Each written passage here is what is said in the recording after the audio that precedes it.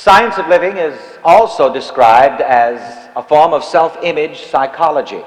And we teach you that it is your responsibility as an individual to establish a positive self-identity. And I'm going to give each one of you a question, and I'm not going to ask you to answer it out loudly. But ask yourself this now within your own minds, and ask yourself this each day, and be sure that you can give a clear answer to this. And the question is, who am I? Let's say that together. Who am I? First of all, who am I as an individual? Another question, who do I want to be? Say that out loudly with me. Who do I want to be? And you see, here we teach that it is your responsibility to define yourself. To define yourself in terms of the good that you want to be, to do, and to have. We teach you not to simply accept the self-definitions that you may get from outside of yourself. But you know, if you don't define yourself, the world, or as we say, the world mind, will define you. And too many people accept self-definitions from outside of themselves, and they never think that they are able to define themselves apart from the self-definition that they get from the world. I'm constantly rejecting any kind of self-definition that is not my own self-definition, that does not come from me. It has gotten rather popular here lately, for example, for people of the black race to define themselves as, well, I'm a black person. But I'm here to tell you that if that's your only self-definition, you're in trouble. Who am I as an individual? We have left self-definition too much in the hands of the sociologists and the bureaucrats. The masses sometimes get their self-definition from the federal government. And you know, I talk about that all the time. Some of you permitted, for example, the federal government to define you as poor people, and you just accept that. But I say to you, it is your job to define yourself. Whatever you subconsciously define yourself as, you will become that. To quote Reverend Ike, I am always becoming that which I am conscious of being. Let's say that together. I am always becoming that which I am conscious of being. If I just simply be conscious of being black, that's what I'll be. But that isn't enough. I'm glad that I'm an American. I wouldn't want to be anything other on a nationalistic sense but an American. But it certainly isn't enough for me just simply to know myself as an American. On the inside, on the individual level, I must have a correct and positive self-definition. And I must learn how to use what I call my power of self-definition, to be what I want to be and to do what I want to do. And I'll introduce another term. I just love to throw terms around. The power of self-definition. Let's say that together. The power of self-definition. You see, you have the power of self-definition. Not only that, you have the responsibility of self-definition. Whatever you are, even though it may be unconscious to you, on the unconscious level, you are what you are by means of your own self-definition. The poor remain poor because they continue to accept or to define themselves as poor people. That's why they never got me in any of the poor people's marches. You let me know when the rich folks are going to march, and I'll be there. When the saints go marching in, oh Lord, I want to be in that number. And here again, the so-called poor people, they've just permitted somebody else to define them. Well, you're poor people. You're underprivileged people. You're culturally deprived. Damn that. Don't let anybody else tell you who you are. You decide who you are. And each individual has the power of self-definition and the responsibility of self-definition. And I've seen self-definition work in so many different ways. Here in this philosophy, we are forever using the cliche, health, happiness, love, success, and prosperity. That just about covers everything that is needful. So let's go through that for a moment. There is healing, even on the physical level, the mental level, on every level of every kind of problem in self-definition. And while I touch on healing for a moment, I accepted an invitation to speak to the medical and professional staff at Harlem Hospital.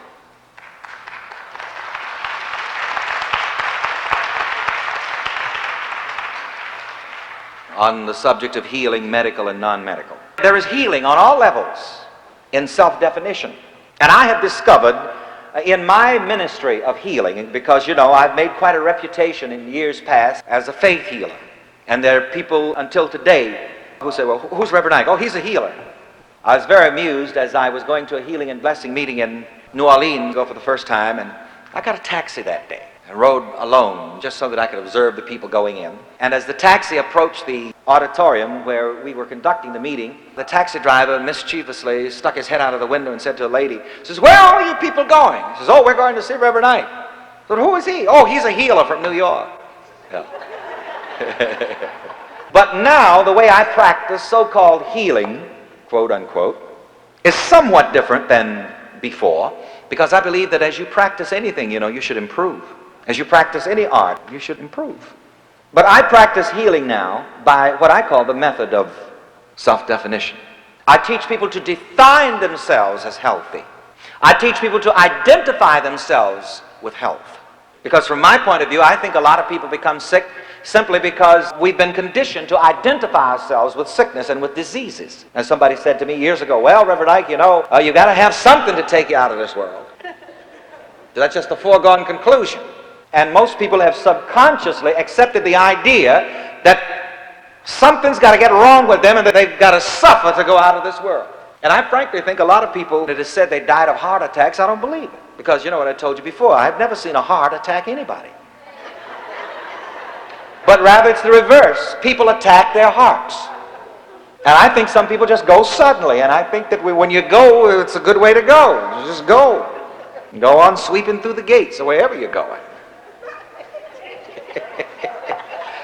But somehow or the other, it's in the mass mind that in order to leave this world, you got to suffer out. And so humanity as a whole identifies itself with sickness, disease, and suffering. And our standard prayer here in this philosophy is this: God in me is my health. Let's say that together. God in me is my health. What are you doing there? You're identifying yourself with health. You're identifying yourself with wholeness.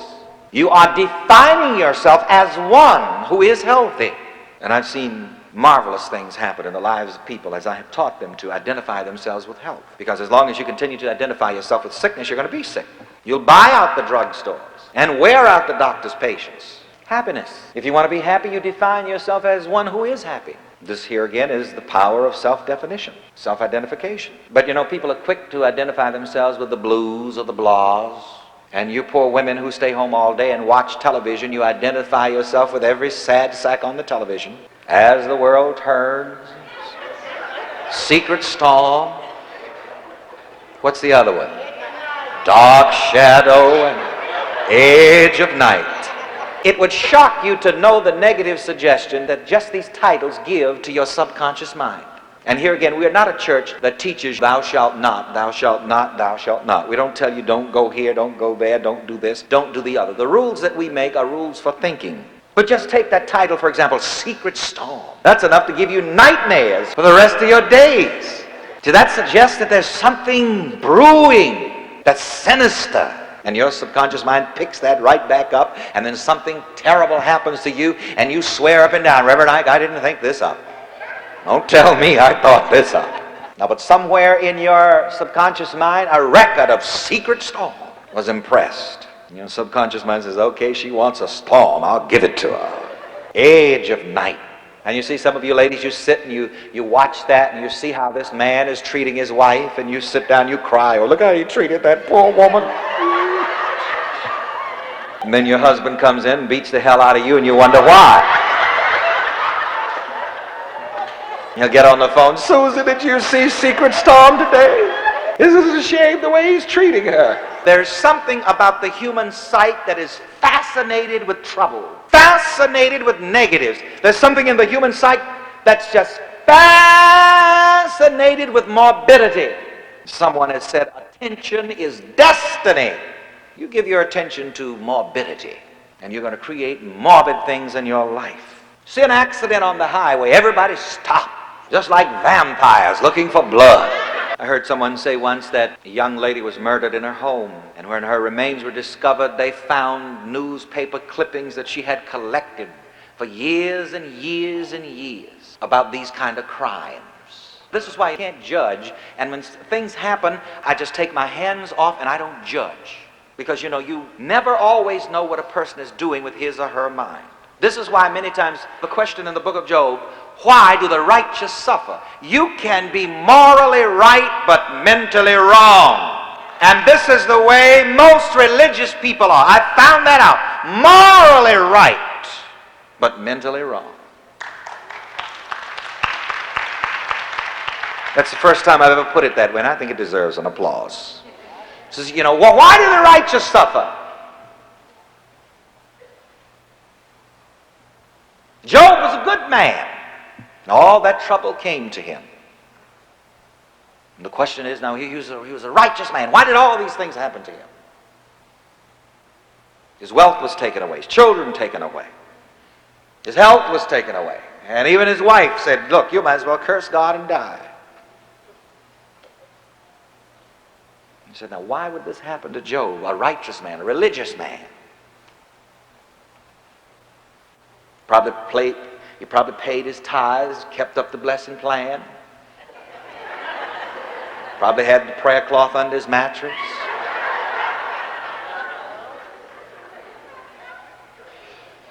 So why did all this happen to him? So I listened to Job. I listened to him talk. And you know, most of the time when people talk to me and tell me what their problem is, usually the first sentence I can tell them why they're in the fix that they're in.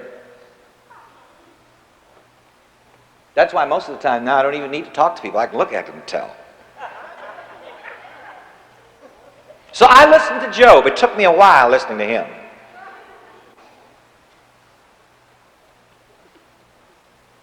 And listen, this is what he said. The thing I greatly feared has come upon me. I said, aha, Job. That's what's got you. The thing. See, some people don't even know what they're afraid of. Stop and think. There's some of you here right now. You're always jittery and afraid. You don't know what the hell you're afraid of. You're just afraid.